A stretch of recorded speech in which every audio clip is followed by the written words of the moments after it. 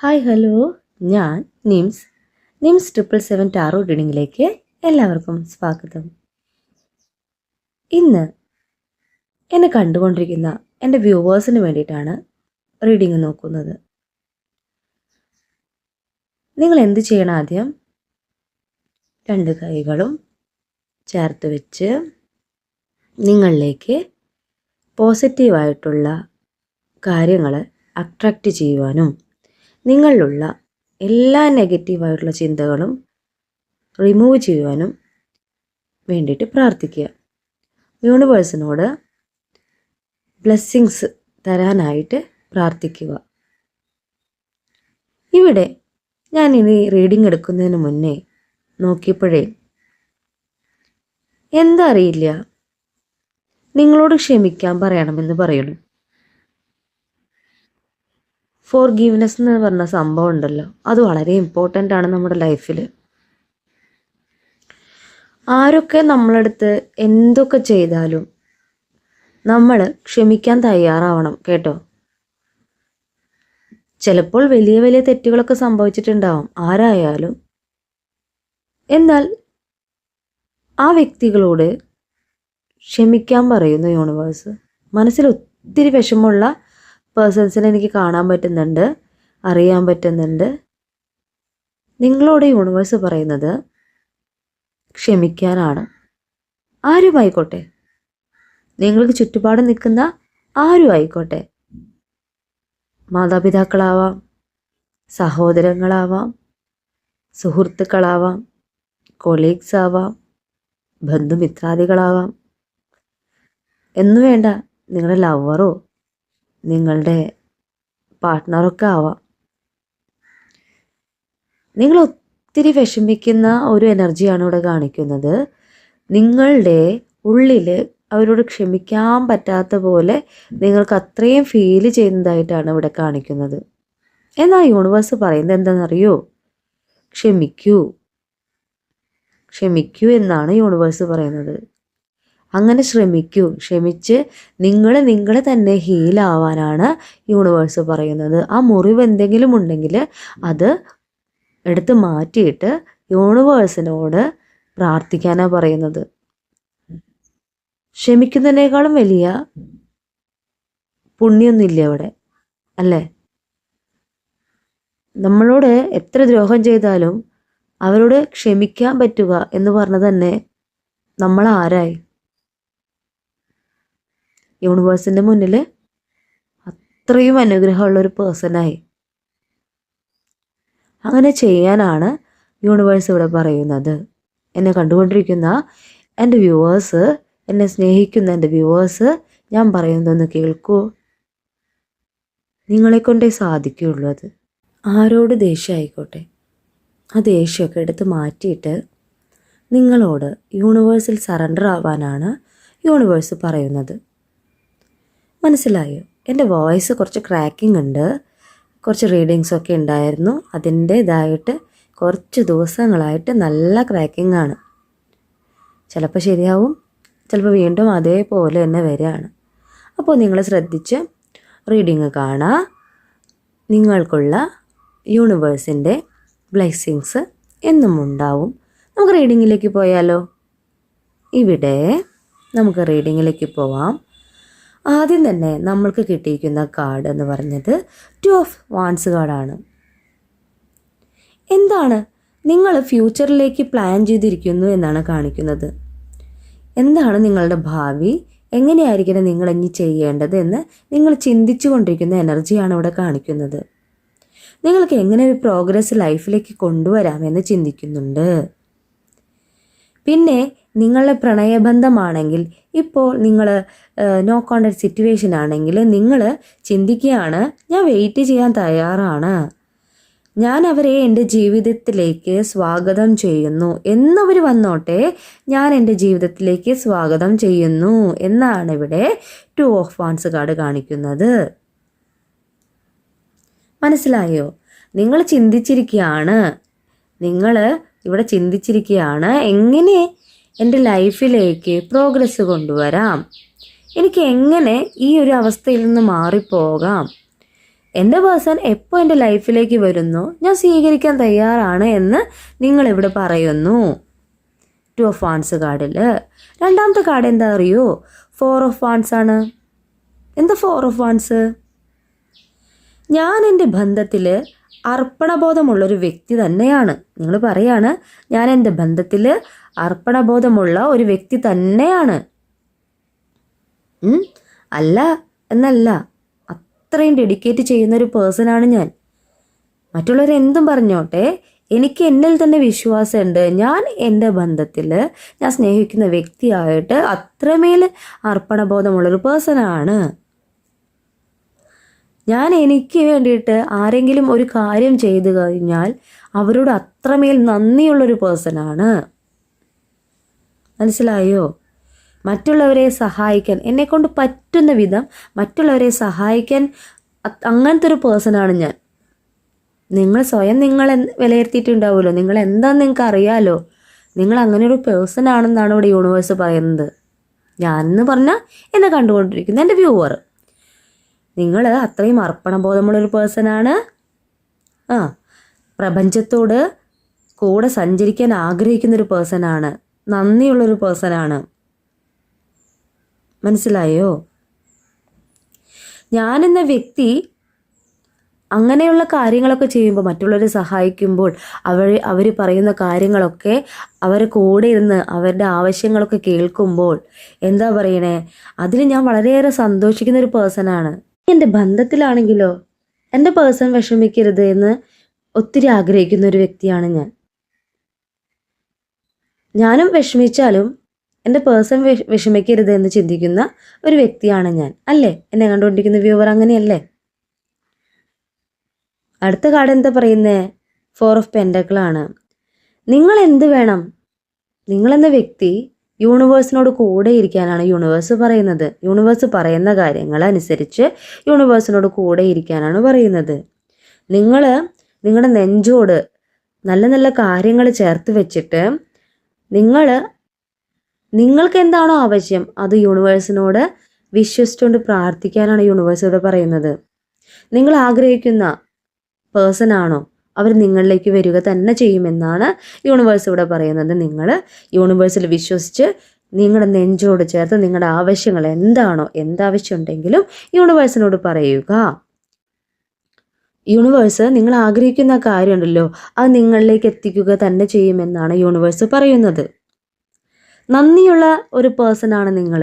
നിങ്ങൾക്ക് എന്തോ കാര്യങ്ങൾ ചെയ്തോ അത് നിങ്ങൾ ഓർത്ത് വെച്ചിട്ട് അവർക്ക് എങ്ങനെ അതിന് ഉപകാരം ചെയ്യാമെന്ന് ചിന്തിക്കുന്നൊരു പേഴ്സണാണ്.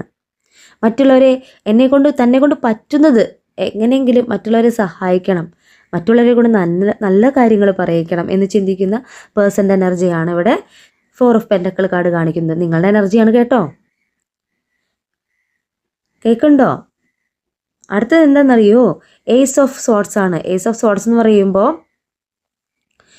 നിങ്ങൾ ചിന്തിക്കുകയാണ്. ഇപ്പോഴത്തെ സിറ്റുവേഷനിൽ നിങ്ങൾ ഒത്തിരി ചിന്തിക്കുന്നുണ്ട്. നിങ്ങളിപ്പോൾ അനുഭവിച്ചു കൊണ്ടിരിക്കുന്ന വിഷമഘട്ടമായാലും നിങ്ങൾക്ക് ഇപ്പോൾ നേരിടേണ്ടി വന്ന ഒത്തിരി പ്രശ്നങ്ങൾ ഉണ്ടാവുമല്ലോ നിങ്ങളുടെ ലൈഫിൽ. അതിൽ നിന്നൊക്കെ എങ്ങനെ മോചനം ലഭിക്കാം? എനിക്ക് ഒരു മാറ്റം ആവശ്യമാണ് എൻ്റെ ലൈഫിൽ. ഇപ്പോഴത്തെ സിറ്റുവേഷനിൽ നിന്ന് എനിക്കൊരു മാറ്റം ആവശ്യമാണെന്ന് നിങ്ങൾ ചിന്തിക്കുന്നു. എങ്ങനെയൊക്കെ എൻ്റെ ലൈഫിൽ എനിക്ക് മാറ്റങ്ങൾ വരുത്താം? ഒത്തിരി സങ്കടത്തിൽ പോണ എനർജീസ് ഉണ്ട് ഇവിടെ. അവർക്ക് എങ്ങനെ ഒരു പ്രോഗ്രസ് കൊണ്ടുവരാം എന്നവർ ഒത്തിരി ചിന്തിക്കുന്നതായിട്ട് കുറേ പേരൊക്കെ യൂണിവേഴ്സിൽ അത്രമേൽ വിശ്വാസം അർപ്പിച്ചിരിക്കുന്നവരുണ്ട്. നിങ്ങൾ വിശ്വസിക്കുന്ന ഏത് ദൈവമായിക്കോട്ടെ കേട്ടോ, നിങ്ങളതിൽ 100% ഇപ്പോൾ നിങ്ങൾ യൂണിവേഴ്സിൽ ഏത് ദൈവമായിക്കോട്ടെ അതിൽ വിശ്വസിക്കുന്നു. കാരണം ഇപ്പോൾ പോകുന്ന സിറ്റുവേഷൻ മാറ്റാനായിട്ട് യൂണിവേഴ്സിന് അല്ലെങ്കിൽ ദൈവത്തിന് മാത്രമേ കഴിവുള്ളൂ എന്ന് വിശ്വസിക്കുന്നു.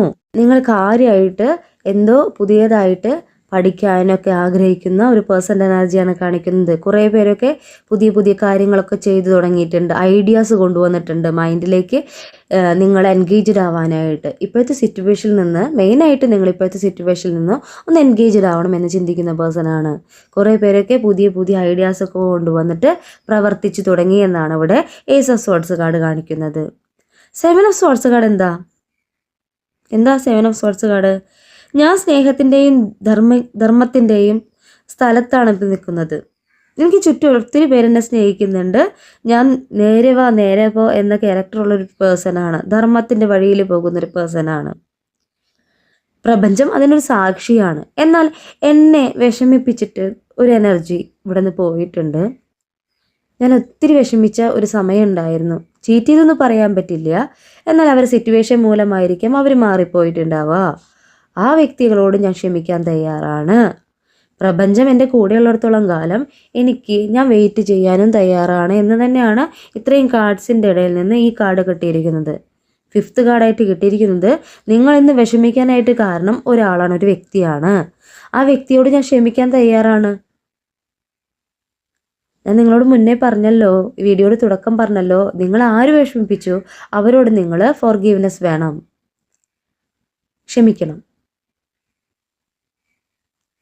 അതിൻ്റെ ഒരു കറക്റ്റ് റീഡിംഗ് ആയിട്ട് കാണിക്കുന്ന 5ാമത്തെ കാർഡാണ് 7 of Swords. നിങ്ങളെ ചീറ്റ് ചെയ്ത് പോയി എന്നാണ് കാണിക്കുന്നത്. ചീറ്റ് ചെയ്ത് പോവുക എന്ന് പറഞ്ഞാൽ എല്ലാ എനർജീസും ചീറ്റ് ചെയ്ത് പോവുക എന്നല്ല കേട്ടോ.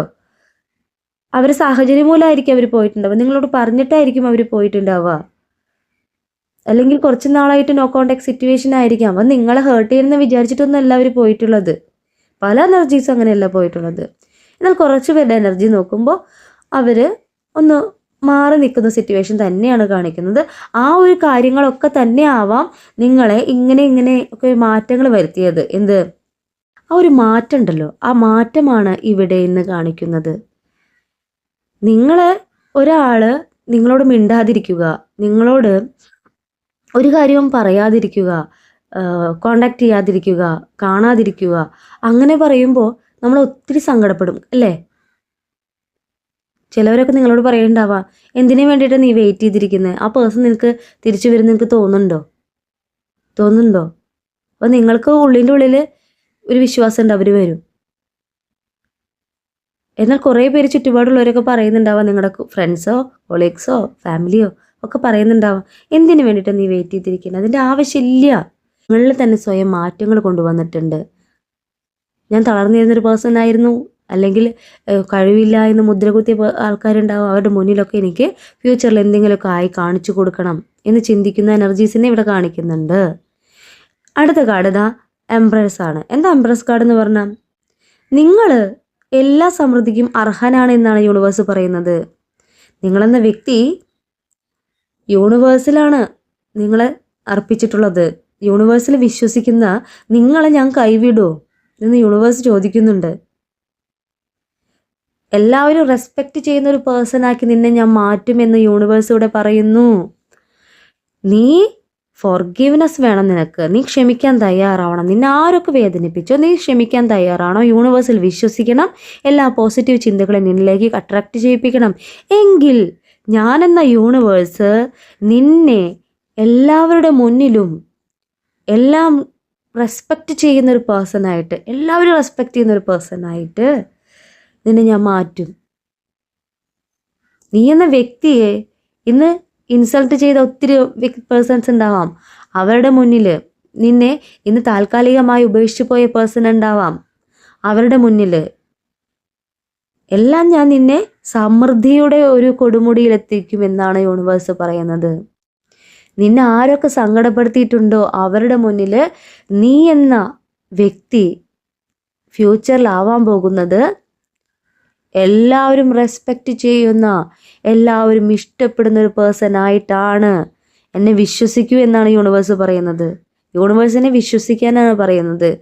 അടുത്തത് bottom of the deck card എന്താ കാർഡ്? ദ സണ്ണാണ്.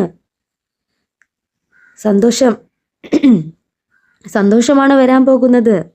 പ്രോഗ്രസ് ആണ് വരാൻ പോകുന്നത്. ഹാപ്പിയാണ് വരാൻ പോകുന്നത്. നിങ്ങൾ എന്തൊക്കെ ആഗ്രഹിച്ചോ അതൊക്കെ നിന്നിലേക്ക് വരുമെന്നാണ് യൂണിവേഴ്സ് പറയുന്നത്.